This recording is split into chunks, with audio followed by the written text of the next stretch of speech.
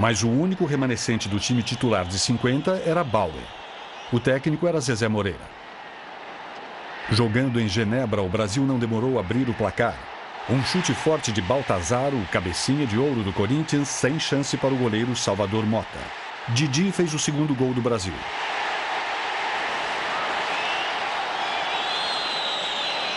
Depois foi a vez de o centroavante Pinga brilhar, marcando 2 gols num espaço de apenas 10 minutos.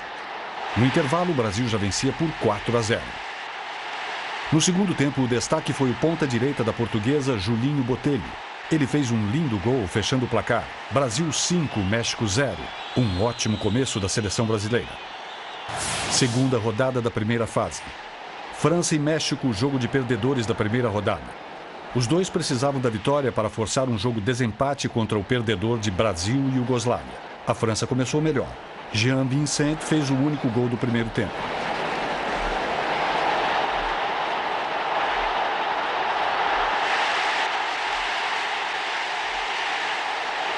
Um gol contra de Cardenas aumentou as chances francesas e ampliou a vantagem para 2-0.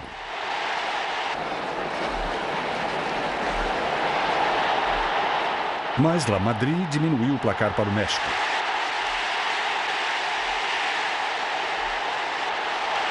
E Balcazar deixou tudo igual, faltando apenas 5 minutos para o final.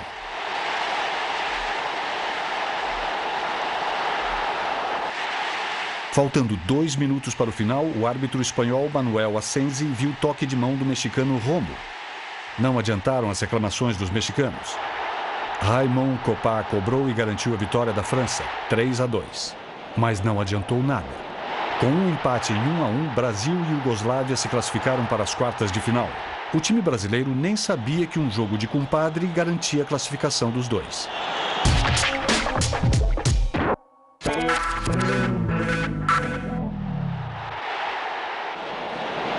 A Hungria deu um passeio no grupo 2 da primeira fase. O grande time de Puskás, Kocsis, Ideguchi e tantos outros caiu no grupo de Alemanha Ocidental, Turquia e Coreia do Sul. Confiando na vitória num jogo extra contra a Turquia, a Alemanha tirou alguns titulares contra a Hungria. O resultado foi um massacre. Aos 20 minutos, a Hungria já vencia por 3-0, 2 gols de Kocsis e um de Puskás. A Hungria garantia sua vaga nas quartas de final. Kocsis terminou a partida com 4 gols. 8-3 foi o placar final.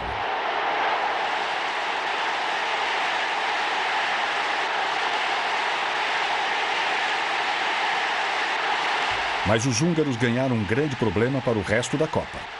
Puskás machucou o tornozelo e não seria mais o mesmo pelo resto do Mundial. Com a goleada da Hungria sobre a Alemanha, o vencedor de Turquia e Coreia do Sul decidiria a vaga num jogo desempate contra os alemães. O futebol coreano ainda era extremamente ingênuo. Alguns jogadores precisavam até de óculos para jogar. Depois de perder por 9-0 para a Hungria, a Coreia levou 7 dos turcos e conseguiu fazer apenas 1.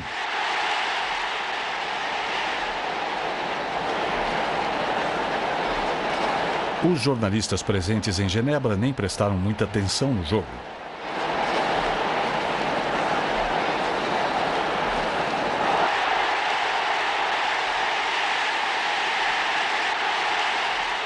O centroavante Sargin Buran da Turquia foi o artilheiro da partida com 3 gols. O resultado classificou os turcos para o jogo desempate contra a Alemanha.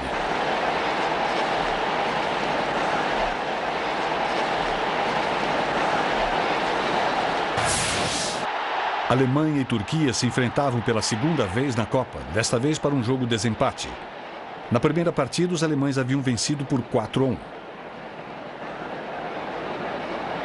O suspense durou apenas 5 minutos. Hans Schaffer entrou pela esquerda e cruzou para Ottmar Walter fazer. 4 minutos depois, foi a vez do próprio Schaffer fazer o segundo da Alemanha.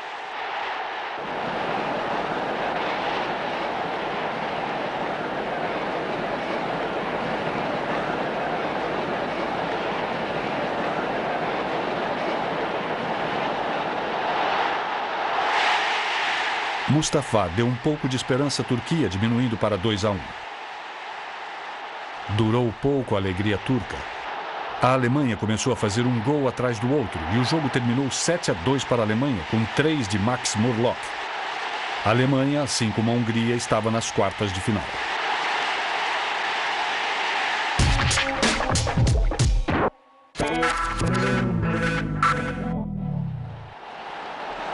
O grupo 3 não foi dos mais equilibrados. A Escócia disputando pela primeira vez uma Copa do Mundo e a Tchecoslováquia não foram páreo para a Áustria e os uruguaios bicampeões mundiais. A Áustria passou como quis pela Tchecoslováquia, enfiando 5-0 e garantindo com facilidade a vaga para as quartas de final. Para garantir uma vaga, o Uruguai precisava apenas vencer a Escócia. O que ninguém esperava era uma goleada tão acachapante, 7-0. Tanto uruguaios quanto austríacos se classificaram sem tomar gol nos 2 jogos da primeira fase. O uruguaio Borges marcou 3 gols. Até ali, o Uruguai nunca tinha sofrido uma derrota em Copas do Mundo.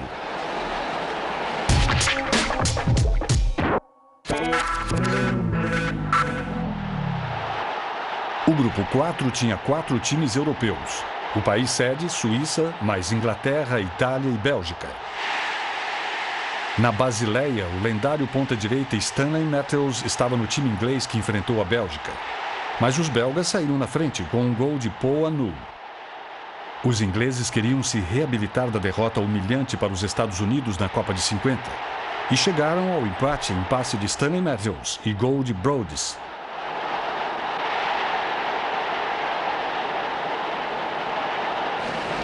Ainda no primeiro tempo, a Inglaterra virou.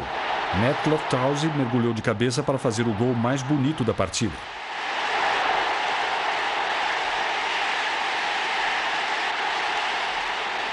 No fim do tempo normal, empate em 3-3.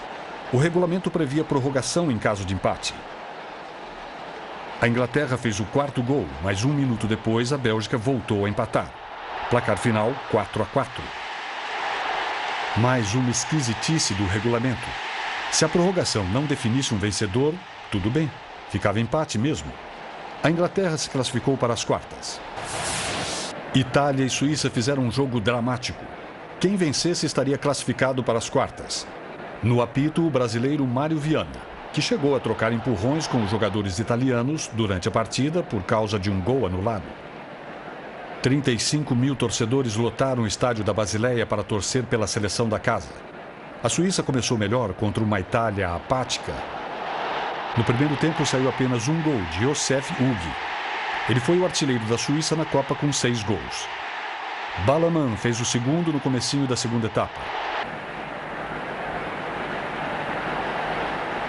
O sonho italiano de conquistar o tri se reacendeu um pouco com o gol de Boniperti, 2-1.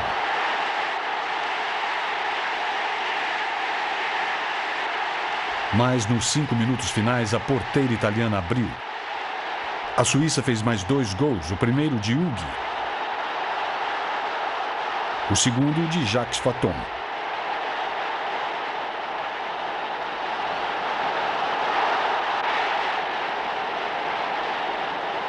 (4-1).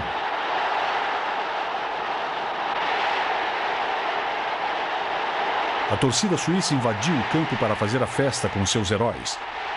-1.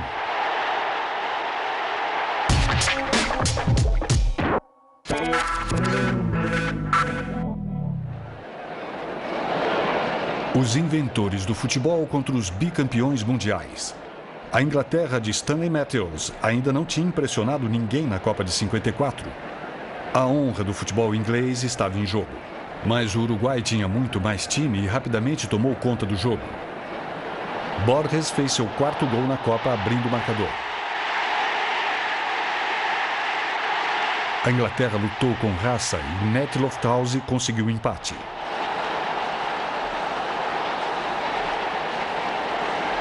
E os ingleses ficaram a um passo da virada nesta bobeada do goleiro Roque Maspoli. Mas a bola saiu para a sorte dos uruguaios.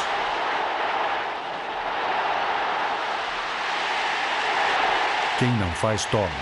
1 minuto depois, o grande Obdúlio Varela fez o segundo do Uruguai.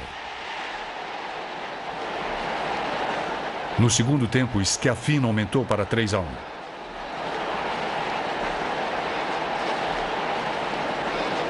Mas a Inglaterra ainda tinha a magia de Stanley Matthews. Aos 39 anos, um dos maiores pontas de todos os tempos. 20 anos mais tarde, ele receberia da rainha o título de Cavaleiro do Império Britânico.